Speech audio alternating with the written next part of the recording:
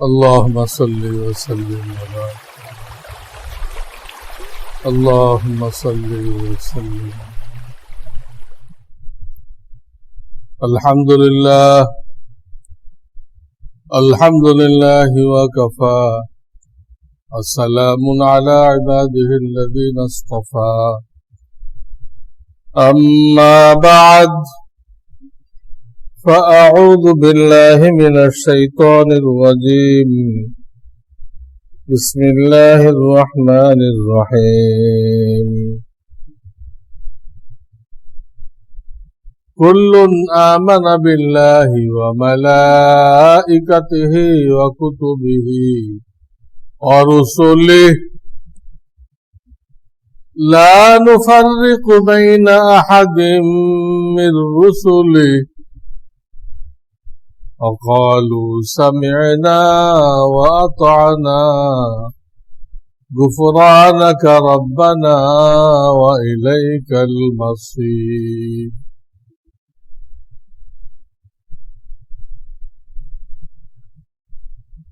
وقال النبي صلى الله عليه وسلم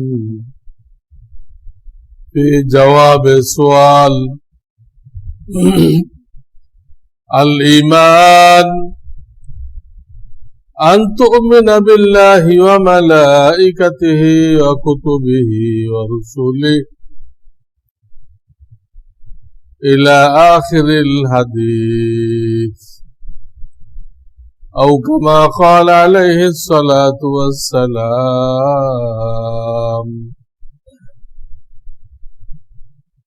الحمد لله. বয়ান চলতেছিল যে 7টা বিষয় আছে যেগুলোর উপরে চূড়ান্ত বিশ্বাস স্থাপন করা, এটা হলো ঈমানের আরকান, ঈমানের বুনিয়াদ।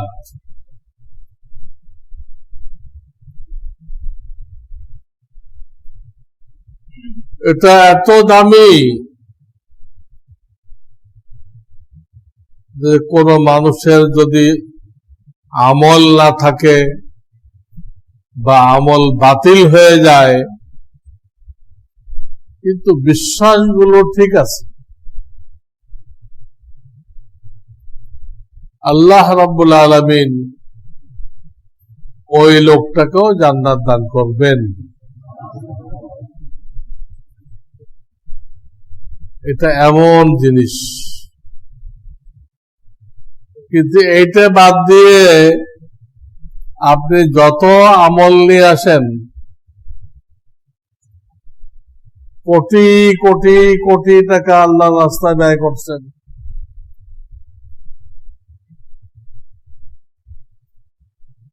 শতবার হজ করছেন, শত শত মসজিদ বানাই দিয়েছেন, মাদ্রাসা বানাই দিয়েছেন, তাহাজ্জুদ পড়ছেন, কোনো দাম নেই, বেকার। আমরা মনে করি অমুক তাহাজ্জুদ পড়ে, সকালে এক পারা কোরআন শরীফ পড়ে, এই লোকটা তো পাক্কা মুমিন। তাহাজ্জুদ পড়ে আবার কোরআন পড়ে, পাক্কা মুমিন। এটা আমাদের ধারণা ভুল। এগুলো তো আমল, তো ঈমানের কিছু না। একটা লোক তাহাজ্জুদ পড়ে, ফজরের পরে তেলাওয়াত করে, তা আমল। আমলের পজিশন তো 2 নম্বরে। ঈমান থাকলে আমল কাজে লাগে। একটা লোকের ঈমান যদি গলত হয়, বস্তুবাদী হয়, তার এই সমস্ত আমল কোনো কাজে আসবে না। আমরা তো আমল দিয়ে ফয়সালা করে ফেলি, এত আমলদার, এ লোক তো জান্নাতে যাবেই।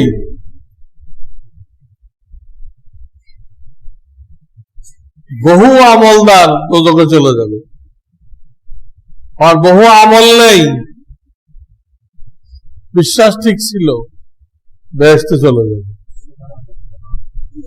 ফয়সালা তো আমলের উপরে না, ফয়সালা ইমানের উপরে। এই জন্য সঠিক বিশ্বাসগুলো জানতে হবে আর ভুল বিশ্বাসগুলো জানতে হবে।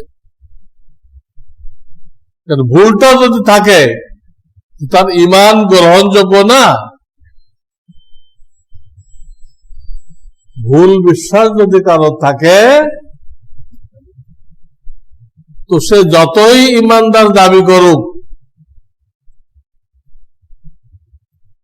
সে মুমিন না। এই জন্য ভুল বিশ্বাসগুলো জানা একদম ফরজ, যাতে করে আমরা ওইগুলো থেকে আমাদের ঈমানকে রক্ষা করতে পারি, এই জন্য জানতে হবে।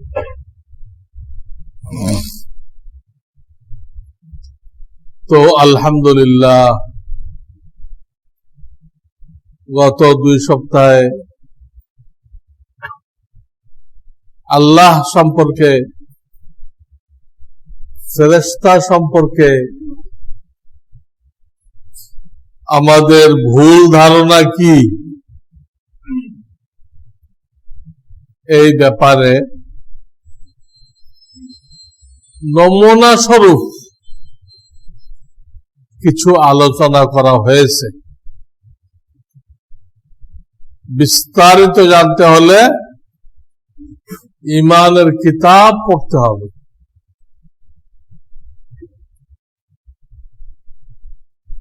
এখানে পুরা বিস্তারিত ব্যাখ্যা দেওয়া সেই সময় পাওয়া যায় না। এই জন্য নমুনা পেশ করা হয় যে এই জাতীয় জিনিসগুলো ভুল বিশ্বাস ঈমানকে ধ্বংস করে দেয়। দুধের মধ্যে চিনা পড়লো, দুধের মধ্যে বিষ পড়লো, এই দুধ আর পান করার যোগ্য থাকবে না, পুরোটাই নষ্ট হয়ে গেছে। তো আজকে 3 নম্বর যে বিষয়, আমানতু বিল্লাহি ওয়া মালাইকাতিহি ওয়া কুতুবিহি, এই কুতুবি সম্পর্কে কিছু আলোচনা করা হবে।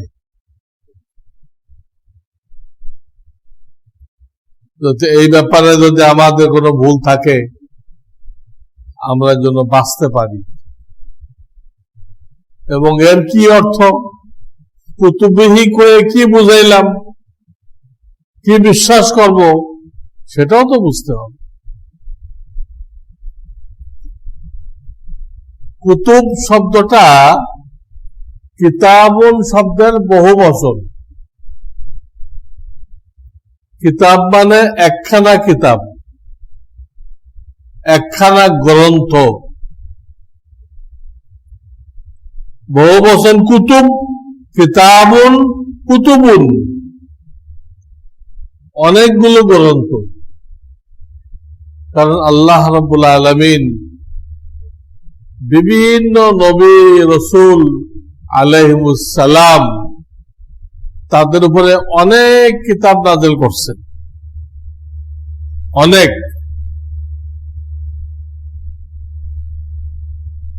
ওইগুলোকে সহিফা বলা হইতো। সুহুফে ইব্রাহিম ওয়া মূসা, তেলাওয়াত শোনেন না আপনারা? সুহুফে ইব্রাহিম ওয়া মূসা। সুহুফ এটা কি? সহিফা 1 বছর, ওর বহু বছর হলো সুহুফ। এই আয়াতে আল্লাহ তাআলা ইব্রাহিম আলাইহিস সালামকে যে সহিফা দান করছিলেন, মুসা আলাইহিস সালামকে যে সহিফা দান করছিলেন, সেটা আলোচনা করেছে। মুসা আলাইহিস সালামের সহিফার নাম হলো তাওরাত। তাওরাত। তো এর মধ্যে 4টা কিতাব খুব প্রসিদ্ধ, এগুলো বড় বড় কিতাব। মুসা আলাইহিস সালামের তাওরাত, দাউদ আলাইহিস সালামের জাবুর, ঈসা আলাইহিস সালামের ইনজিল, যেটা খ্রিস্টানরা এখন বলতেছে বাইবেল। বাইবেল নামে তো কোনো কিতাব নেই, খ্রিস্টানদের বেকুফি। বাইবেল কি? ইনজিল নাযিল হয়েছে। বাইবেল তো ইংরেজি শব্দ নাকি ল্যাটিন শব্দ আল্লাহ জানে, এই নামে তো কোনো কিতাব নাযিল হয় না। ইনজিল। আর আমাদের নবী মুহাম্মদ রাসূলুল্লাহ সাল্লাল্লাহু আলাইহি সাল্লাম, তারপরে নাযিল হয়েছে কোরআন, আর এক নাম ফুরকান। কোরআন, ফুরকান।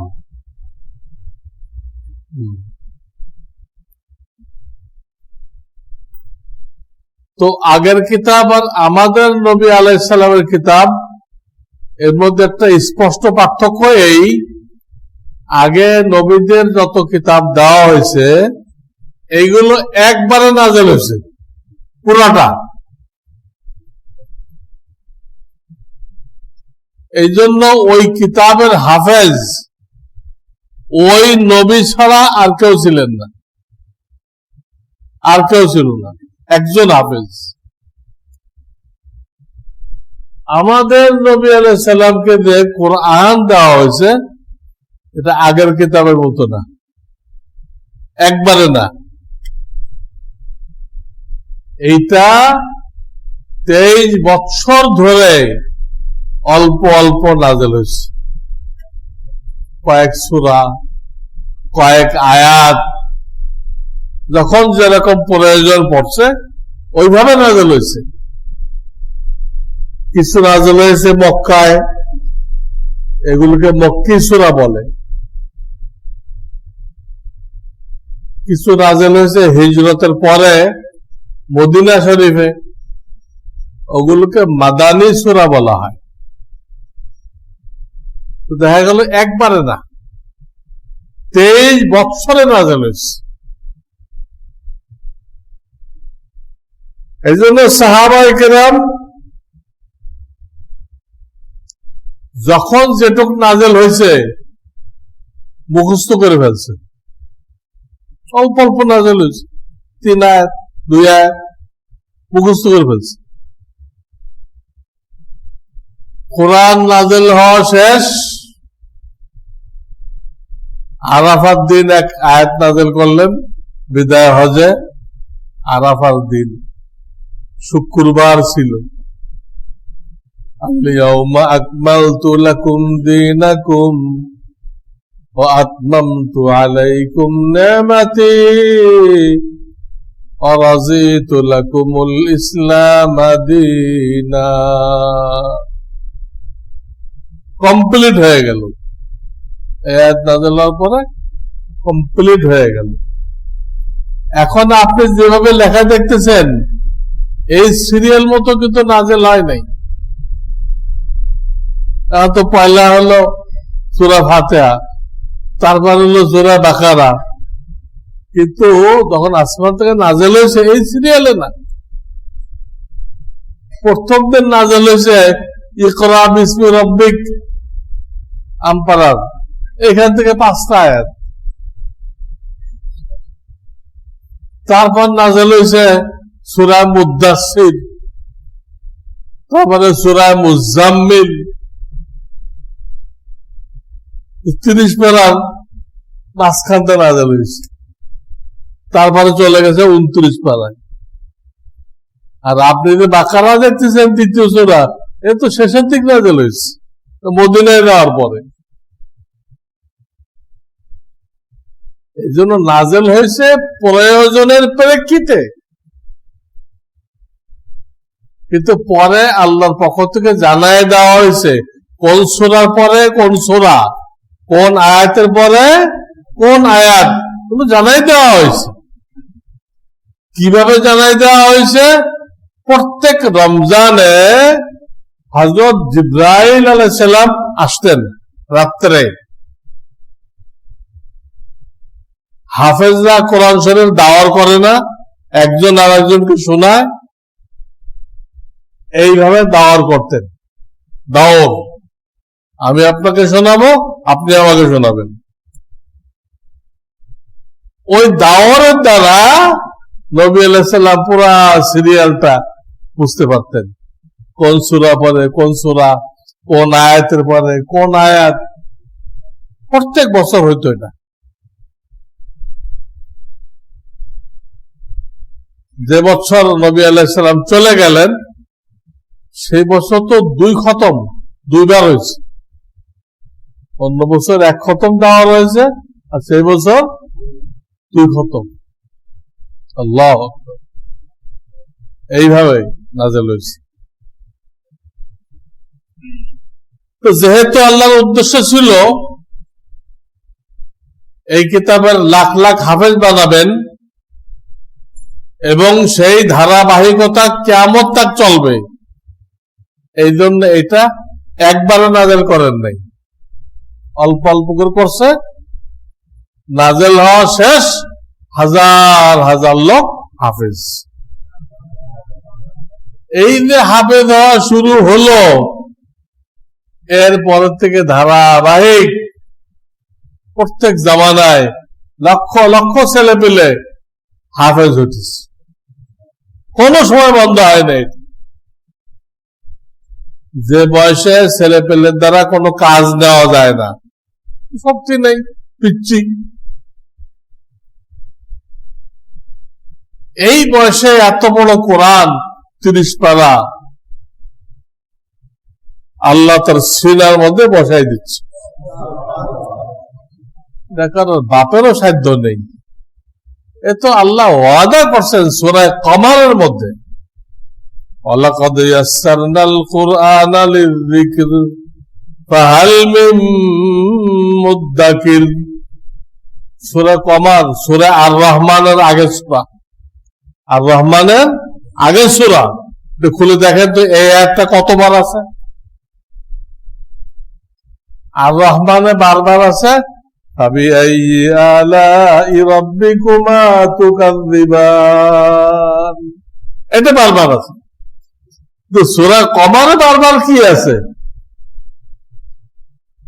ওয়ালাকাদ ইয়াসসারনাল কুরআনা লিযিকর ফাহাল মিন মুদ্দাকির।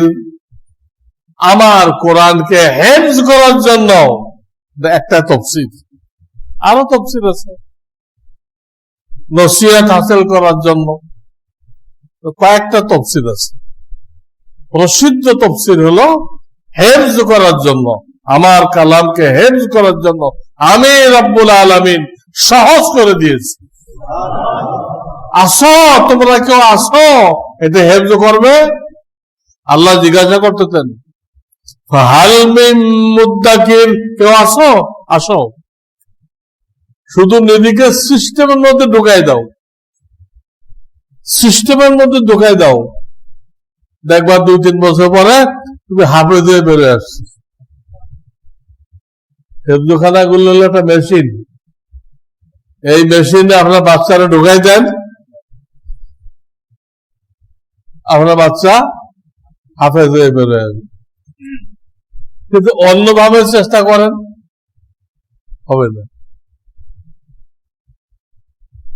হবে না, হইলেও রাখতে পারবেন না। দেওবন্দ, পুরো দুনিয়ার মার্কাজ, সেখানে যিনি শাইখুল হাদিস ছিলেন মাওলানা আনোয়ার শাহ কাশ্মীরি রহমাতুল্লাহ আলাইহি, একবার যে কিতাব দেখছেন চোখ দিয়ে, এটার ভোলেন নাই। এমন ব্রেন আল্লাহ দিয়েছিলেন। মিশরে একটা কিতাব দেখে আসছিলেন, কপি চাইছিলেন, তারা কপি দিতে পারে নাই, ছিল না। উনি একবার যে দেখছেন, দেশে এসে লিখছেন, লিখে মিশর পাঠাই দিচ্ছেন, তোমার তো কপি দিলে না, আমি একবার পড়ে এসে এটা লিখছি, এখন তোমরা এতটুকু করো, তোমাদের কপির সাথে মিলাই দেখো এটা হয়েছে কিনা, না কোথাও বেশ কম আছে। মিশরের ওলামারা রিপোর্ট দিল, হ্যাঁ আমরা মিলাই দেখছি, এর মধ্যে কোন জায়গায় কোনো বেশ কম নেই, একটা লাইন, একটা শব্দ বেশ কম নেই। এরকম লোক দুনিয়াতে কেউ আছে এখন? একবার একটা কিতাব দেখার পরে সে দেশে এসে লিখে দিল, আর মিলানোর পরে দেখা গেল যে একটা অক্ষর বেশ কমায় নেই, যা দেখছে মুখস্থ হয়ে গেছে। কিন্তু উনি হাফেজ ছিলেন না। কি ছিলেন না? হাফেজ ছিলেন না। ওই যে মেশিনে ঢুকান নাই, ওনার আব্বা ওনাকে মেশিনের মধ্যে ঢুকান নাই, হেফজখানা তো মেশিন। উনি হাফেজ না এটা শুনে হাকিমুল উম্মত মাওলানা আশরাফ আলী থানভী আশ্চর্য হয়ে গেছে, কয় কি এত বড় বেরেনওয়ালা মানুষ একবার দেখলে মুখস্থ হয়ে যায়, সে কোরআন তো হাজার হাজার বার দেখছে, সে হাফেজ না হয় পারে কেন? উনি চিঠি লিখছেন। মাওলানা থানভী বড় ছিলেন, 12 বছরের বড়। চিঠি লিখলেন মাওলানা আনোয়ার শাহ কাশ্মীরির কাছে, আমি শুনলাম আপনি হাফেজ না, এই খবরটা কি ঠিক?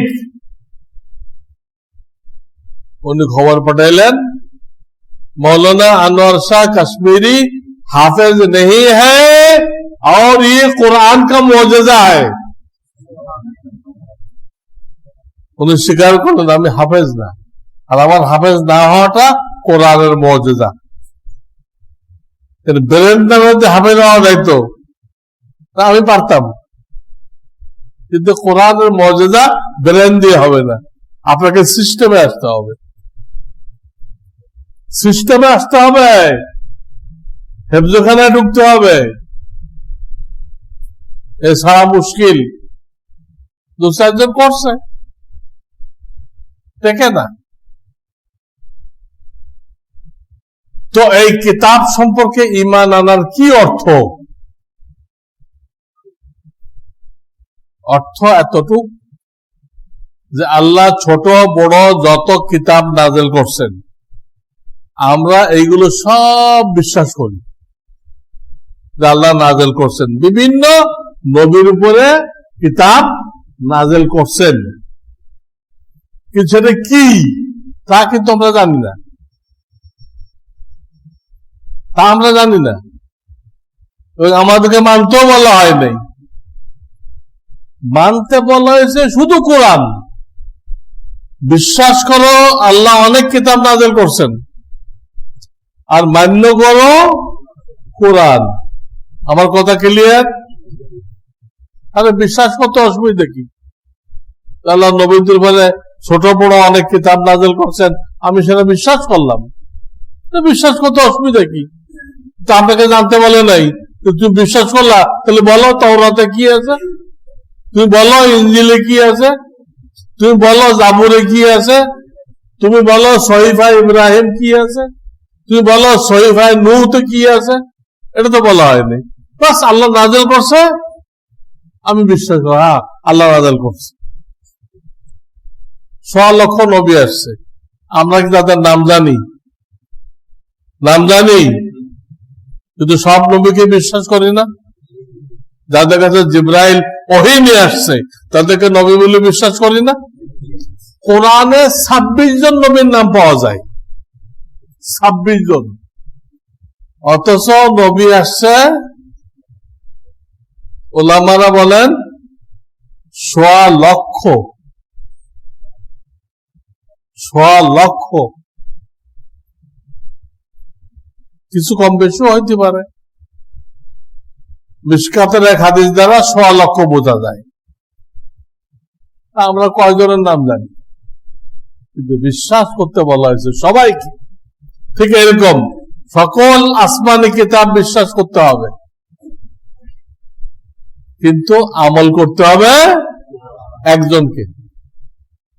সকল নবীকে বিশ্বাস করতে হবে, কিন্তু ফলো করতে হবে মুহাম্মাদুর রাসূলুল্লাহ সাল্লাল্লাহু আলাইহি ওয়াসাল্লাম, একজনকে। সব আলেমকে ভক্তি করবেন যার আমল ভালো, বাহ্যিক ভাবে যার আমলে কোনো ত্রুটি নেই, এগুলো সব আলেমকে ভক্তি করবেন। কিন্তু আপনি ফলো করবেন, মুরব্বী বানাইবেন, অন্তরের রোগের চিকিৎসার জন্য মুরব্বী বানাইবেন একজন। কয়েক আলেমকে মুরব্বী বানাইলে 4 জনের 4 রকম চিকিৎসা দিবে, কোনটাই হবে না।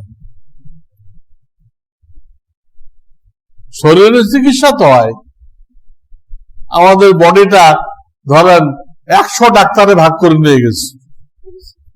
কত ডাক্তার? 100 ডাক্তার। কেউ চোখ লয়ে গেছে, কেউ কান লয়ে গেছে, কেউ নাক লয়ে গেছে, কেউ দাঁত লয়ে গেছে, হ্যাঁ, কেউ গলা লয়ে গেছে, কেউ চামড়া লয়ে গেছে, কেউ ফুসফুস লয়ে গেছে, কেউ হার্ট লয়ে গেছে, কেউ পাকস্থলী লয়ে গেছে, কেউ গল ব্লাডার লয়ে গেছে, হ্যাঁ, এরকম সব লয়ে গেছে। আর কত রকম যে পরীক্ষা। এই জন্যই বলি, কোন ডাক্তার যদি মুসলমান হয়, একটু গবেষণা করে, সে আল্লাহওয়ালা হয়ে যাবে। আপনি দেখতেছেন রক্ত, শরীর কেটে গেলে কি বেরোয়, কিন্তু এই রক্তর ভিতরে কয়টা সাইড আছে এটা কি আপনি জানেন? ডাক্তাররা জানে। এই রক্ত টেস্ট করে তারা শত শত রোগ নির্ণয় করতেছে। তাহলে ওই রোগের উপাদান এই রক্তের মধ্যে আছে। হ্যাঁ, আমরা তো জানি ভিটামিন এ আছে, বি আছে, সি আছে, ডি আছে, ই আছে, হিমোগ্লোবিন আছে, এই কয়েকটা জানি আমরা। কিন্তু এর মধ্যে যে কত কত সাইড আছে, এক এক ডাক্তারের কাছে যাবেন, সে এক এক লাইন পরীক্ষা করবে। আপনার অ্যালার্জি কত আছে জানেন? যে আমার অ্যালার্জি আছে কত, আপনি জানেন না, যান পরীক্ষা করেন, ডাক্তার বলবে এত আছে, তো আপনার চলতে সুবিধা হবে। এরকম আমাদের বিদ্যাটা খুব কম। তো বলতেছিলাম, দুনিয়াতে তো আমাদের শারীরিক ডাক্তার একসাথে অনেক হইতে পারে। একজন ডায়াবেটিস দেখে, একজন লিভার দেখে, কিন্তু রুহানি চিকিৎসা এরকম হবে না, একজনকে মানাইতে হবে। কারণ এখানে নিজের অনেক দুর্বলতা বলতে হয়, গুনার কথা বলতে হয়, অথচ গুনার কথা বলা জায়েজ নেই, গুনার কথা অন্য কারো কাছে বলা জায়েজ নেই, তাহলে সে সাক্ষী হয়ে গেল। কিন্তু যাকে আপনি শায়েখ বানাবেন তার কাছে বলা জায়েজ, চিকিৎসা নেওয়ার জন্য। যেরকম হাঁটু থেকে নাভি, এটা স্বামী স্ত্রী ছাড়া কেউ দেখতে পারবে না, কিন্তু এর মধ্যে যদি কোনো সমস্যা হয়, রোগ হয়, তো ডাক্তারের সামনে খোলা যায়। মহিলাদের জন্য পুরুষ ডাক্তার দেখানো যায়, চিকিৎসার জন্য আল্লাহ অনুমতি দিচ্ছে, ওটা সতর, খোলা নিষেধ, চিকিৎসার জন্য জায়েজ। তো শায়েখরা যারা বলতেছেন ওরা গুনাহ, বলা নিষেধ, সাক্ষী বানানো নিষেধ, কিন্তু চিকিৎসার জন্য আপনি যে কুদৃষ্টি করেন, পথে কোনো মহিলা দেখলে আপনার এক নজর দেখতে মিস হয় না, এটা একটা রোগ, চিকিৎসা নিতে হবে। গান শুনে মজা পান, এটা রোগ। হিংসা করে মজা পান, অহংকারী করে মজা পান, সব রোগ। রাগের মাথায় যা ইচ্ছা গালাগালি করেন, রাগ একটা রোগ। এগুলো চিকিৎসা নেওয়ার জন্য একজন শায়েখ থাকে, কয়েকজন না। তো কিতাব সম্পর্কে মানতে হবে সবগুলো, বিশ্বাস করতে হবে, আমল করতে হবে শুধু কোরআনের উপরে।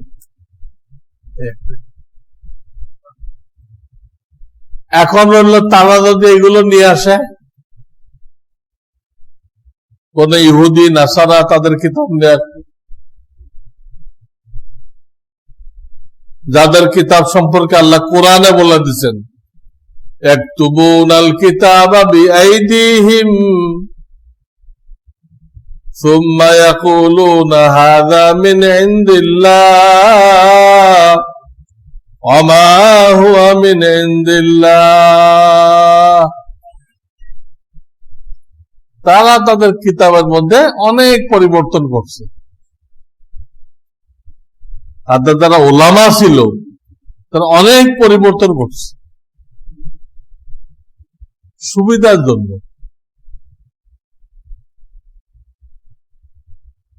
জনগণের টাকা পায়, হাদিয়া পায়, হুজুর এই জায়গাটা দেখেন তো একটু পরিবর্তন করা যায় কিনা, পরিবর্তন করে দিছে। আবার ঘোষণা দিছে এটাই আল্লাহর পক্ষ থেকে। কোরআন বলতেছে ইয়াকতুবুনাল কিতাবা বিআইদিহিম, তারা কিতাবের মধ্যে লেখেন নিজের হাত দিয়ে। আইদিহিম মানে কি? নিজের হাত দিয়ে।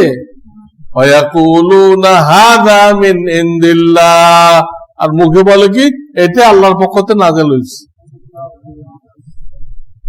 জনগণকে খুশি করার জন্য তারা এগুলো করছে। এর জন্য জনগণ থেকে মোটা অঙ্কের তারা হাদিয়া পাইছে। এখনো অনেকে অনেক কিছু হালাল করে দিচ্ছে, জনগণ থেকে সুবিধা পাইতেছে। কোন কোন আলেম ডিজিটাল ছবিকে হালাল করে দিচ্ছে, জনগণ থেকে সুবিধা পাইতেছে। হারাম। আগের যুগে তুলি দিয়ে তুলতো, পরে অ্যানালগ ক্যামেরা হলো, এখন ডিজিটাল আসছে, আরো জানি না ভবিষ্যতে কি আসবে। কিন্তু জিনিস তো ছবি, যা দিয়ে তোলেন ছবি তো ছবি। তুলি আর মেশিনের পার্থক্য কি? কিন্তু এক শ্রেণীর আলেম জায়েজ বলতেছে। এই যত নামধারী ইসলামী ব্যাংক হয়েছে, একটা 100% ইসলামী না, আংশিক, কোনটা 10 আনা, কোনটা 20 আনা, কিন্তু বহু আলেম দেখবেন যারা ওখানে চাকরি বাকরি করে, তারা এটাকে হালাল বলে ফতোয়া দিচ্ছে। যারা জীবনে ওষুধ খাইত না, ওদের ফতোয়া খপ্পরে পড়ে তারা এখন সুদখোর হয়ে গেছে। তাদের বোঝানো হয়েছে এটা তো সুদ না, এটা মুনাফা, হালাল, কিন্তু ধোঁকা দিচ্ছে।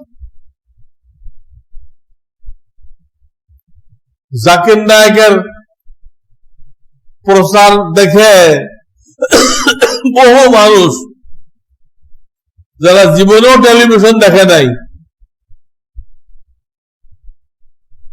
টেলিভিশন দেখতে বলা হয়ে গেছে। শয়তান নেক্সট সুরতে ধোঁকা দিছে যে উনি খুব সুন্দর সুন্দর কথা বলে, ইসলামিক নলেজ বাড়বে তোমার। দেখো কত লোক মুসলমান হইতেছে, ও ধোকায় পড়ে গেছে, কিচ্ছু না। এইগুলো তো নাটকের একটা একটা পর্ব, একটা একটা পর্ব, এটা মুসলমানরা ধরতে পারেন। ওইসব যারা থাকে সবাই কলেমা পড়ে, কিন্তু যারা বাস্তবে হিন্দু, হিন্দু রয়ে গেছে, মুসলমান সে মুসলমান রয়ে গেছে। আপনাকে মিডিয়া দেখাই দিলে এই 50 জন লোক আজকে মুসলমান হয়ে গেছে, আপনি ধোকা খায় বসে থাকেন। তো তারা যদি কোনো কিতাব নিয়ে আসে কি করতে হবে? নবীজি বলে দিছে, পরিষ্কার বলে দাও, ইযা জাআকুম আহলুল কিতাব ফাকুলু লা নুসাদ্দিকু ওয়া লা নুকাযযিবু, এই বলে দাও। তুমি যে কিতাব নিয়ে আসছো, আসমানি কিতাব, তাওরাত, ইনজিল, আমরা এরা সত্য বলবো না, মিথ্যাও বলবো না। সত্য বলে স্বীকৃতি দেব না, কারণ হইতে পারে তোমাদের হাতের লেখা। আবার মিথ্যাও বলবো না, হইতে পারে যে এই জায়গাটা পরিবর্তন করো নাই। আমরা ধর্ম কেমনে? কোন জায়গা তোমরা পরিবর্তন করছো, কোন জায়গা করো নাই, এর কোন রেকর্ড তো নেই। এই যে বাইবেল, এর কমিটি আছে, প্রত্যেক বছর যে ছাপানো হয় অনেক জায়গায় পরিবর্তন করে বাইবেল কমিটি। একজন কিতাব লিখছে, সে সব এডিশনের পার্থক্য দেখাইছে, অমুক সালে এই জায়গায় এই ছিল, পরের সালে এসে এই হয়ে গেছে, তার পরের সালে এই হয়ে গেছে। এরকম কোন কোরআন কমিটি আছে নাকি? প্রত্যেক বছর কিছু কিছু এডিট করে পরিবর্তন করে। হ্যাঁ, ইন্তাকিয়া শহরবাসী যখন মুসলমান হলো, ইন্তাকিয়া একটা আয়াতের মধ্যে ছিল, ওদের শহরে মূসা আলাইহিসসালাম আর খিজির আলাইহিসসালাম গেছিলেন, তাদের কাছে মেহমানদারি চাইছিলেন, কিন্তু ওরা বড় বখিল কৃপণ জাতি ছিল, তারা মেহমানদারি করে নাই। ফাআবাউ আইয়ুযায়্যিফুহুমা, কোরআন শরীফ আছে 16 পারার প্রথম পৃষ্ঠায়। বহু বছর মূসা আলাইহিস সালাম গেছে কত আগে, আমাদের নবী আসছে কত পরে। ওই কিসসা তো আমাদের কোরআন শরীফে আছে। ওই এলাকার লোক, ওই শহরের লোক যখন মুসলমান হয়ে গেল, তারা বলে, হুজুর কিয়ামত তাক তো আমাদের বদনাম হবে। আমাদের পূর্বপুরুষরা দুটা আল্লাহওয়ালা গেল, তাদের মেহমানদারি করে নাই। নবীদের বললো কি করতে হবে? বলে, হুজুর খালি নোকটাটা একটু নিচের থেকে উপরে নিয়ে আসেন। নোকটা এখন নিচে আছে, তাতে বা হয়েছে, উপরে আনেন। তাহলে হবে আতাও, যে এই শহরে মূসা আর খিজির আসছিলেন, মেহমানদারি যারা করে নাই এই আলোচনা থাকলো না, আসছিলেন, এটাই স্বাভাবিক। দুজন আল্লাহ হলে তুমি মেহমানদারি করবেই। তারা এই প্রস্তাব রাখছিল যে কিচ্ছু না, খালি নোকটাটার নিচের থেকে উপরে আনবেন।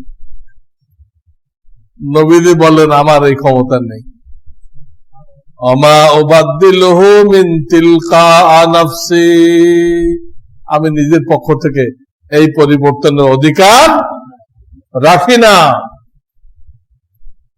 খুব বুঝেন ভালো করে, একটা নুকতা পরিবর্তন নবীজিও করেন নাই, কিয়ামত তাক কেউ করতে পারবে না। বহু কাফের কোরআন শরীফে কিছু রদ বদল করে ছাপাইছে, কিচ্ছু লাভ হয়নি, তো মার্কেটে চলেন। আল্লাহ তাআলা প্রত্যেক এলাকায় হাফেজ রাখছে, হাফেজরা দেখছে যে মেলে না, তাদের মুখস্থ আছে তার সাথে মেলে না, সব বাদ হয়ে গেছে। কাজে তারা এই কিতাব নিয়ে আসলে কি বলতে হবে? লা নুসাদ্দিকু ওয়া লা নুকাদ্দিবু, আমরা সত্য বলবো না, মিথ্যা বলবো না, আমরা এতটুকু বলবো যেটুকু আল্লাহ নাযিল করছে তা আমরা বিশ্বাস করলাম। সেটা কোনটুক আল্লাহ জানে,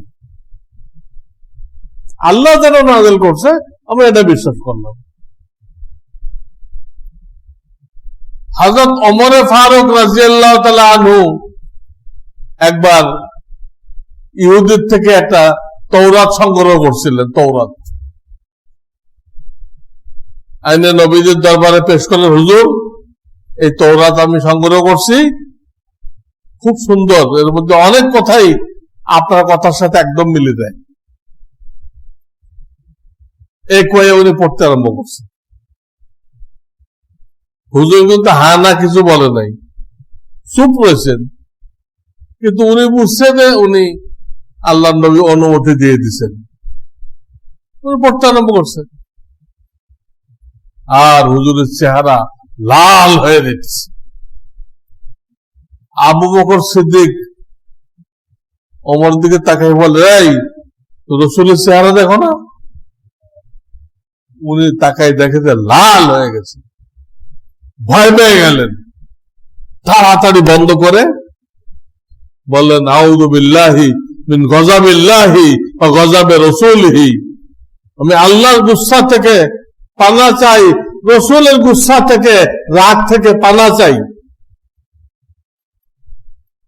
রাজিতু বিল্লাহি রাব্বান ওয়া বিল ইসলামি দীনান ওয়া বি মুহাম্মাদিন নবিয়্যা, ঈমান তাজা করলেন। তখন হুজুরের চেহারা একটু স্বাভাবিক হলো। তখন নবীজি বললেন যে এখন যদি মুসা আলাইহিস সালাম জাহের হয়, কবর থেকে উঠে আসে, আর তোমরা আমাকে বাদ দিয়ে তাকে ফলো করো, তোমরা সব গোমরাহ হয়ে যাবে। তোমাকে তো মুসা আলাইহিস সালামকে ফলো করতে বলা হয়নি, আমাকে ফলো করতে বলা হয়েছে। তারপরে নবীজি বললেন, লাউ কানা মূসা হাইয়ান লামা ওয়াসিআহু ইল্লা ইত্তিবাই, আমার নবুয়তের জামানায় যদি মূসা আলাইহিস সালাম জিন্দা থাকতো, ওনারও মুক্তির কোন রাস্তা ছিল না, আমি মুহাম্মদ রাসূলুল্লাহ আমাকে ফলো করা ছাড়া।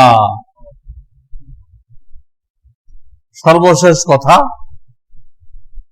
ওরা একটা আমাদের কোরআন শরীফ দিয়ে আপনাকে ধোঁকা দিবে। কি দিয়ে? কোরআন শরীফে এক আয়াত আছে, ইয়া আহলাল কিতাব লাস্তুম আলা শাই হাত্তা তুকিমুত তাওরাত ওয়াল ইনজিল, তোমরা কিছুই হইতে পারবে না, তোমাদের কোনো দাম নেই যতক্ষণ তাওরাত ইনজিল কায়েম না করবা, তোমাদের কোনো দাম নেই। এইটা দেখে, এটা কোরআনে আছে। বলে তোমাদের কোরআন তো বলতেছে তাওরাত ইনজিল পড়তে হবে, ওটা আমল করতে হবে, তা নাহলে তোমাদের কোনো দাম নেই। তখন আপনি কি করবেন? কোরআন শরীফ খুলে আপনাকে দেখাই দিবে, এই দেখো তোমাদের কোরআন শরীফ আছে। লাস্তুম আলা শাই মানে তোমাদের এক পয়সাও দাম নেই। হাত্তা তুকিমুত তাওরাত ওয়াল ইনজিল, যতক্ষণ ইনজিল আর তাওরাতকে কায়েম না করবা। তো মুসলমান ধোঁকা খেয়ে দেয়, বিশেষ করে যে এলাকায় ওলামা নেই, মাদ্রাসা নেই, ধোঁকা খেয়ে দেয়। এই আয়াতটা আমাদের জন্য নাযিল হয় নাই, ভালো করে বুঝে রাখেন। আপনাদের জবাব দিতে হবে, তাবলীগে যাবেন, কোন কাজে যাবেন, আপনাকে ধোঁকা দিবে। নাযিল হয়েছে ইহুদি খ্রিস্টানদের ব্যাপারে। তাদেরকে এই আয়াতে বলা হয়েছে, তোমরা তাওরাত ইনজিল যখন কায়েম না করবা, তোমরা একদম মূল্যহীন। আর নবীদের ব্যাখ্যা করছেন কায়েম করার কি অর্থ।